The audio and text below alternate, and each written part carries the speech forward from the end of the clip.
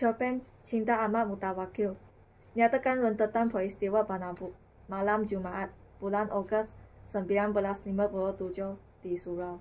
Dalam cerpen Cinta Amat Mutawakil, rentetan peristiwa pada malam Jumaat bulan Ogos 1957 di Surau ini dapat kita susun begini. Satu, Imam Ngadraman sedang berdoa bersama dengan pengulu Ibrahim Sigap.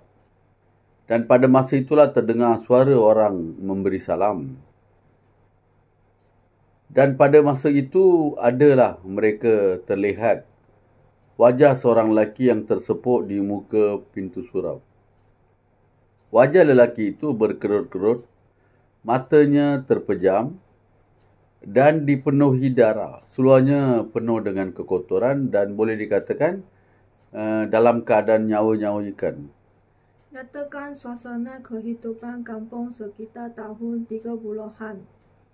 Sebenarnya penduduk kampung pada ketika itu hanyalah berkebun dan bersawah sekitar tahun 30-an. Selepas itu kedatangan orang putih itu Tuan Bud, dan selepas itu penduduk telah meneroka beluka. Sebenarnya daripada penduduk lebih banyak buruh yang telah dibawa oleh Tuan Bud itu, iaitu buruh dari India, 15 keluarga. Mereka telah mencantas dan meneroka semak samun dan menanam pokok-pokok getah. Sejauh mana anda boleh membuktikan keluarga Tuan Bud sebagai masyarakat yang baik hati? Sebenarnya Tuan Bud itu bolehlah digolongkan sebagai seorang yang baik hati, ataupun dari sudut latar masyarakatnya, masyarakat yang baik hati, kerana selalu beramah mesra dengan penduduk desa, penduduk kampung, dan juga Amat Mutawakil dan penduduk kampung dibenarkan memasuki banglo Tuan Bud, yang menunjukkan Tuan Bud itu memanglah seorang yang muda mesra, dan beliau juga menghadiri majlis keramaian kampung. Majlis keramaian kampung ni perkahwinan, mengadakan jamuan teh, jamuan kek, membenarkan Sandra mengunjungi surau, yang menunjukkan bagaimana Tuan Bud boleh dikatakan sebagai seorang hati terbuka, seorang yang baik hati, dan juga pulang ke kampung itu selepas negara kita telah mencapai kemerdekaan. Maksudnya beliau pulang ke tanah air setelah negara kita mencapai kemerdekaan. Itu menunjukkan bukan setakat cinta pada penduduk kampung, tetapi beliau memanglah seorang yang baik hati. Nyatakan keganasan pengganas komunis.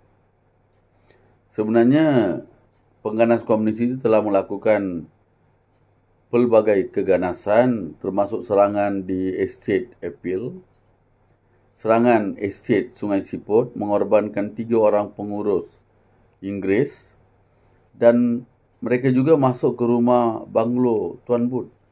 Mereka telah mencuri jam tangan dan wang. Pengganas komunis selepas itu melepaskan tembakan ke udara dan memberikan amaran bahawa Amat Mutawakil, memberi amaran kepada Amat Mutawakil supaya Amat Mutawakil menghentikan segala bentuk propaganda yang berbentuk anti-komunis. Mengapakah ada ura-ura tentang misteri cinta antara Sandra dengan Amat Mutawakil? Memang ada ura-ura tentang misteri cinta antara Sandra dengan Amat Mutawakil, kerana Amat Mutawakil bebas keluar masuk ke banglo Tuan Bud, seolah-olah macam ada sesuatu hubungan. Sandra juga mengajak Amat Mutawakil berbahasa Inggeris.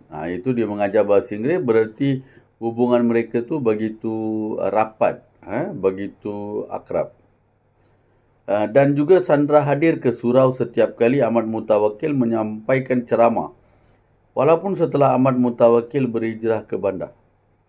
Berarti setiap kali Amat Mutawakil menyampaikan ceramah, menyampaikan apa-apa mesej di surau, maka kita dapat lihat bahawa Sandra akan turut serta. Itu menunjukkan misteri cinta itu seolah-olah wujud. Dan tangisan Chandra setelah mengetahui kehilangan Amat Mutawakil, artinya setelah Ahmad Mutawakkil hilang, maka salah seorang daripada yang betul-betul, yang benar-benar berasa sedih, pilu, sayu, hiba ni ialah Sandra. Yang menunjukkan, yang memaparkan bahawa cinta misteri itu seolah-olah memang wujud. Apakah perubahan yang berlaku di kampung setelah kedatangan Tuan Boot? Sebenarnya setelah kedatangan Tuan Boot, kemasukan buruh asing, 15 keluarga India, jalan bertambah baik. Penanaman getah telah bermula, pembukaan estate. Kan kita boleh lihat kemesraan penduduk, iaitu antara keluarga Tuan Boot dan penduduk kampung. Jadi apa yang saya nak masukkan di sini ialah perubahan dari segi infrastruktur, perubahan dari segi kemajuan itu wujud, perubahan dari segi jenis tanaman pun telah wujud.